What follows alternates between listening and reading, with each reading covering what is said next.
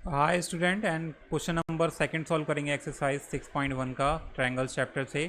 सो हमारा जो second question कह रहा है, give two different example of pair of similar figures and non similar figures. तो सिमिलर फिगर्स क्या होते हैं ये आपको पता होना चाहिए। तो सिमिलर फिगर्स में हमारी शेप सेम होनी चाहिए। तो ये जो सपोज ये मैंने दो बनाए हैं ट्रायंगल, और ये दोनों जो ट्रायंगल है हमारे इक्विलेटरल ट्रायंगल है, यानी कि सारी साइड बराबर है। ठीक है, जैसे सपोज इसकी साइड हमारी है 2 सेंटीमीटर, तो ये भी 2 सेंटीमीटर ही होना चाहिए, एंड ये भी 2 सेंटीमीटर होना चाहिए।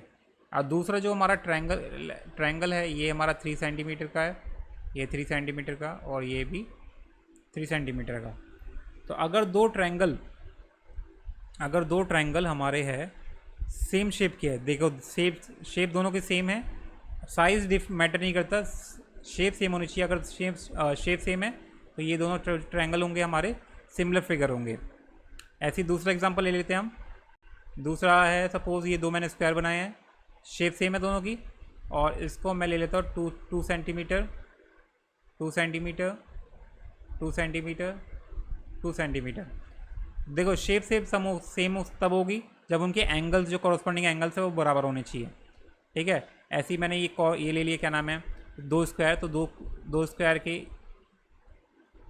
इसमें हमारे दो, देखो चारों साइड है 2-2 सेंटीमीटर की, यहाँ चारों साइड 4-4 सेंटीमीटर की है।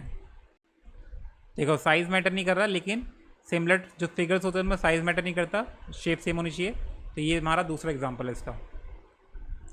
ठीक है, फर्स्ट एग्जांपल ये है, एंड सेकंड एग्जांपल हमारा ये है इसका सिमिलर फिगर्स का।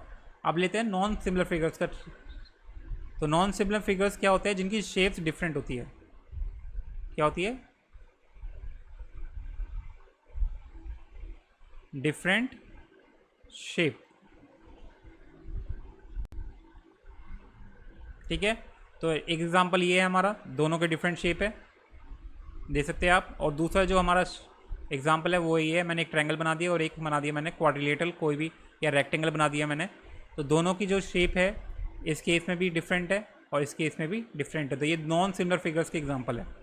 और ऊपर जो हमने दी है ये सिमिलर फिगर्स के एग्जांपल है। तो कभी भी आप सिमिलर फिगर्स के एग्जांपल दे रहे हैं तो उनकी जो शेप होंगी वो दोनों सेम होनी चाहिए, याद रखना, नहीं तो गलत हो जाएगा हमारा आपका आंसर। तो ये एक मार्क्स के आंसर क्वेश्चन आ सकते हैं एग्जाम में।